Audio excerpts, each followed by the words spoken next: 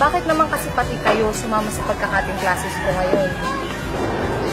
Ito naman, parang di naman tayo magkakaklase, magkakaibigan yan. Kailangan pati sa cutting classes magkakasama tayo.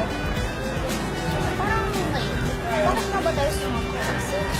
Hindi naman kami merienda. Maybe we will go back by 2 p.m. We have to attend PE class, guys. Ano daw? Eh bakit nga ba tayo nandito? Anong gagawin natin dito? Ito na naman si Lodi. Siyempre magkakaibigan tayo. Kung nasa lang isa, nandun din dapat ang lahat. Kaya lang guys, kailangan kong umuwi ng maaga para masabi ko na rin kay nanay na hindi ako naka-attend ng afternoon class natin. Nakaka-boring kasi yung teacher natin na yun. Parang nagtutula pag nagdi-discuss. Oo nga. Ang first day, ang alam ko maganda mag-guro. Nakakaantok ka lang. Ikaw, Hana. Ikaw, Crisel. May natutunan ba kayo? Ako? Ano pa nga ba? Wala ako natutunan dun.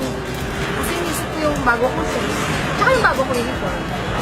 Teka nga, saan tayo ulit gugora, ha? Ano? May naisip na ba kayo kung saan tayo pupunta? Ay, pwede sa circle. Anong gugora? Sus, nandito na naman si Lodi.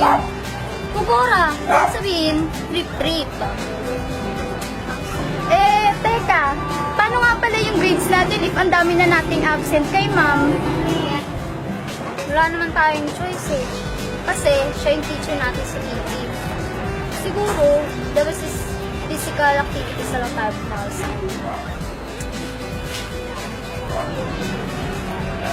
Look who's coming, guys.